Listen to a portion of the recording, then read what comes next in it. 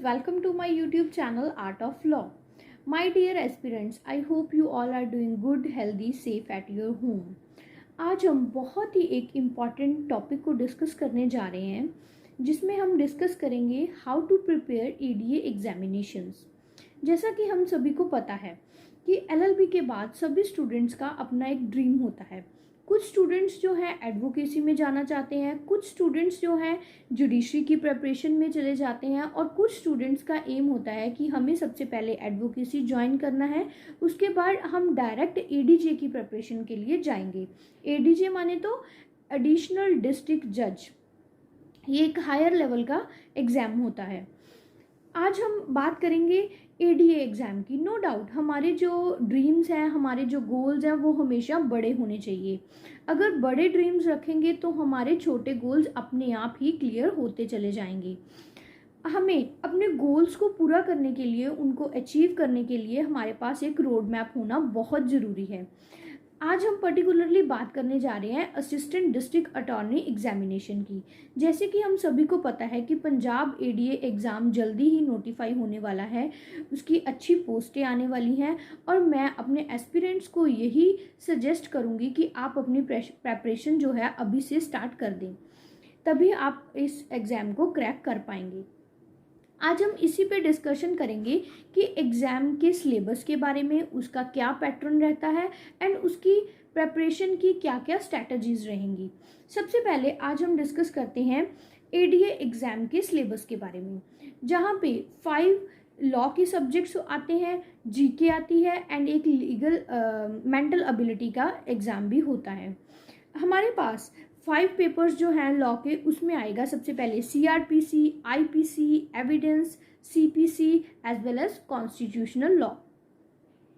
अगर हम exam pattern की बात करें तो यहाँ पे 2 एग्ज़ाम्स होते हैं। ऑब्जेक्टिव टाइप एग्ज़ाम आता है और जिसमें फर्स्ट पेपर में सीआरपीसी, आईपीसी, एविडेंस, जो कि 150 मार्क्स का होगा एग्ज़ाम। 100 क्वेश्चंस होंगे, 1.50 मार्क्स की, यहाँ पे नेगेटिव मार्किंग नहीं रहता। ऐसा ही सेम पेपर 2 में आएगा, वहाँ पे आएगा CPC, constitution and general awareness. अगर हम जनरल अवेयरनेस की बात करें तो ये एक बहुत ही वास्ट कॉन्सेप्ट है। सबसे पहले हम डिस्कस करेंगे कि जनरल अवेयरनेस में कौन कौन से टॉपिक्स कवर होते हैं पर्टिकुलरली इस एग्ज़ाम के लिए। अभी मैं आपको बताती हूँ जनरल अवेयरनेस पंजाब की, जो भी जीके है पंजाब के रिलेटेड। अगर आप पंजाब के लिए प्रिपेयर कर रहे हो, आज हम पर्टिकुलरली बात भी पंजाब एडीए की ही करने जा रहे हैं। And Indian society, history and culture, polity part, economics, human development indexes, development programmes, trends in science and technology, ecological and EVS environment, current affairs at national and international importance. ये topics को हमें general awareness में जो है cover करना है। अगर हम सबसे पहले जनरल अवेयरनेस की बात करें तो उसके लिए हमें डेली न्यूज़पेपर रीड करना होगा, जिससे हमें पता चलता रहे कि ऑल वर्ल्ड में चल क्या रहा है और हम अपने करंट अफेयर्स के लिए अपडेटेड रहें। सेकेंडली, अगर हम किसी भी एग्ज़ाम के लिए जाते हैं जिसमें जीके पोर्शन इम्पॉर्टेंट माना जाता है, जिसमें जीके पोर्शन आता है, वहाँ पे हमें ये ज़रूरी हो जाता है कि करंट अफेयर्स हमें पिछले 1 साल के कवर करने होते हैं। जैसा कि अगर 2021 में एग्ज़ाम आ रहा है तो हमें, अगर सपोज एग्ज़ाम आ रहा है 2021 में लास्ट में, तो हमें 2020 के जनरल करंट अफेयर्स को कवर करना बहुत ज़रूरी है अगर हमने एग्ज़ाम को अच्छे से क्लियर करना है। अगर हम बात करें लॉ सब्जेक्ट्स की, लॉ सब्जेक्ट्स में CrPC, IPC, evidence criminal law का पार्ट रहेगा एंड सीपीसी कॉन्स्टिट्यूशनल लॉ जो है सिविल लॉ का पार्ट रहेगा। इनके अच्छे से बेयर एक्ट्स को पढ़ना बहुत ही ज़रूरी है। Word to word bare acts को पढ़ें, 2, 3, 4 जितनी भी हो सके आप इसको रीडिंग दें बेयर एक्ट्स को, तभी आपकी बेयर एक्ट पे अच्छे से कमांड हो पाएगी।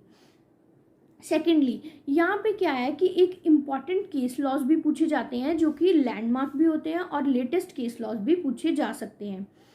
मोर ओवर यहाँ पे लीगल मैगजिम्स भी पूछी जाती हैं। लीगल मैगजिम्स के लिए आपको बहुत अच्छे से प्रिपेयर करना होगा कि जो इन सब्जेक्ट्स के रिलेटेड आपको लीगल मैगजिम्स मिलती हैं उनको अच्छे से लर्न करें। उसका लर्न करने का एक अच्छा तरीका यही है कि आप सब्जेक्ट वाइज उसको एक पेपर पे लिखते जाएं और उसको डेली थोड़ा टाइम निकाल के डेली रिवाइज करते जाएं। तो ये लीगल मैगजिम कोई बहुत बड़ी बात नहीं है, ये अपने आप प्रिपेयर होते चले जाएंगे, आपको याद रहने शुरू हो जाएंगे। और अगर हम बात करें पर्टिकुलर बेयर एक्ट के बारे में कि हमें बेयर एक्ट को रीड कैसे करना है, उसमें सबसे पहले क्या है, आपको अच्छे से इंडेक्स पता होना चाहिए उस बेयर एक्ट का। उसको बहुत अच्छे से लर्न करें क्योंकि उसमें से ही कई बार क्वेश्चन पूछे जाते हैं। और बेयर एक्ट में क्या पूछा जाता है, टाइम ड्यूरेशन के रिगार्डिंग क्वेश्चंस, लीगल मैगजिम के रिगार्डिंग क्वेश्चंस, और कुछ नेगेटिव क्वेश्चंस भी बनते हैं बेयर एक्ट से ही। जैसा कि हमें बेयर एक्ट में जैसे आईपीसी के एग्जांपल लेते हैं कि आईपीसी में थेफ्ट के बारे में जो इंग्रेडिएंट्स दिए गए हैं वो एक 5 इंग्रेडिएंट्स हैं हमारे, उसमें से कुछ ऐसा एक इंग्रेडिएंट डाल दिया जाएगा जैसे कि मूवेबल प्रॉपर्टी को इमूवेबल प्रॉपर्टी लिख के आपको डाल दिया जाएगा, वो एक नेगेटिव पॉइंट होगा क्वेश्चन में। और आपको वही क्वेश्चन जो आपको चॉइस है वही मार्क करना होगा अगर वहाँ पे क्वेश्चन पूछा गया है कि इनमें से कौन सा इंग्रेडिएंट थेफ्ट का नहीं है।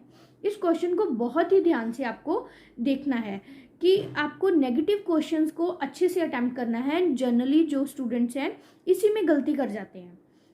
Once you go through all the 5 subjects bare act, then आपको MCQs क्वेश्चन की अच्छे से प्रैक्टिस करनी होगी। मार्केट में बहुत सारी बुक्स भी आती हैं उसको प्रिपेयर करने के लिए। वैसे एक अच्छा तरीका यही है, अगर मैं बताऊं तो बेयर एक्ट को साथ के साथ ऐसे पढ़ें और उसमें से क्वेश्चन अपने आप बनाने स्टार्ट करें कि हमें इसमें से कौन कौन से क्वेश्चन पूछे जा सकते हैं। अगर आपका एक बार रिटन एग्ज़ाम क्लियर हो जाता है तो 40 मार्क्स की इंटरव्यू होती है। 300 मार्क्स का रिटन एग्ज़ाम होगा जिसमें 2 पेपर्स आएंगे 150 मार्क्स के, एंड 40 मार्क्स का इंटरव्यू रहेगा। देन उन दोनों के मार्क्स को कलेक्टिवली देख के उसमें से मेरिट बनेगी, तब जाके सिलेक्शन होता है असिस्टेंट डिस्ट्रिक्ट अटॉर्नी का। साथ के साथ आपको प्रीवियस ईयर क्वेश्चन पेपर्स की भी प्रैक्टिस करनी होगी, जिससे कि है कि कई बार बहुत क्वेश्चन जो है रिपीट होते हैं, प्रीवियस ईयर क्वेश्चन से ही वो क्वेश्चन दोबारा से रिपीट किए जाते हैं। तो आपको वहाँ पे एग्ज़ाम में इजी रहता है कि अगर आपने पहले वो क्वेश्चंस को अच्छे से सॉल्व कर रखा है तो आप इजीली वहाँ पे सॉल्व कर सकते हो उन एग्ज़ाम्स को। I hope you all like this video and tips and tricks. Please like, subscribe and share, and do not forget to press the bell icon so that आपको और भी वीडियोस की नोटिफिकेशन टाइम टू टाइम मिलती रहे और आपकी preparations में help होती रहे। मेरे और से सभी एस्पिरेंट्स को best wishes and thank you.